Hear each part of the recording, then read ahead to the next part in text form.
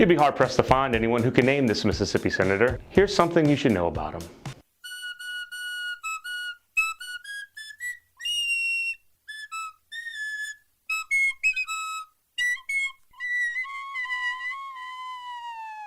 Blanche Bruce represented Mississippi in the United States Senate from 1875 to 1881. That's a full 6-year term. He was born in Virginia, the son of Pettus Perkinson, a white plantation owner, and Polly Bruce, who was enslaved by Perkinson. Perkinson moved around a lot during Bruce's childhood, including stops in Mississippi and Missouri. It was while living there that Bruce escaped to Kansas during the turmoil of the Civil War. But the violence in Kansas led him back to Missouri, where he established the state's first school for black children in 1864, one of the many firsts associated with Blanche Bruce.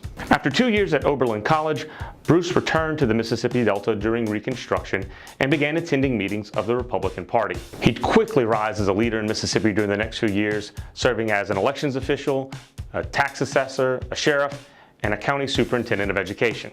In 1874, by a near unanimous vote, he was elected by the Mississippi legislature to serve as a U.S. Senator beginning in 1875. He would become the first black American to serve a full term in the U.S. Senate, the first black American to preside over the Senate, which means he was the first and only former slave to ever do so. He used his office to champion progressive causes. He rallied against the Chinese Exclusion Act, which banned the immigration of Chinese laborers. He condemned the treatment of indigenous Americans by the federal government. He fought for civil rights, especially for black veterans of the Civil War. And he openly supported an investigation into election violence against black voters in Mississippi. The congressional record reflects Bruce calling what was happening in his state a, quote, violent method for political supremacy that seeks not the protection of the rights of the aggressors, but the destruction of the rights of the party assailed. These events were happening near the end of Bruce's term, as the period of redemption began. Led by wealthy former planters and businessmen,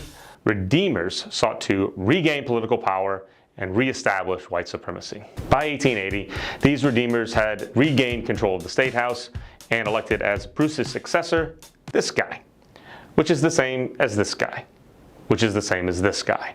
James Z. George, a man who signed the Ordinance of Secession, a man who would later be a framer of the Constitution of 1890 and all the Jim Crow baked into it. The line of succession to Bruce's Senate seat also includes staunch 20th century segregationists like Theodore Bilbo and John C. Stennis. In the U.S. Capitol, each state gets 2 statues to honor persons notable in their history. Representing Mississippi are 2 Confederates, J.Z. George and Jefferson Davis. In the halls where Blanche Bruce served as a pioneer for black Americans, Mississippi chooses instead 2 men who fought to preserve his enslavement. By the way, that's Daisy Bates next to Jefferson Davis. She's a civil rights leader from Arkansas. Bruce remained a prominent figure in the National Republican Party after his term. At the 1880 party convention, he garnered 8 votes for vice president, making him the first black American to receive any votes for a national office in a major party. He spent the later years of his life mostly in Washington, D.C., still active in politics. His home there is a National Historic Landmark. Mississippi, though,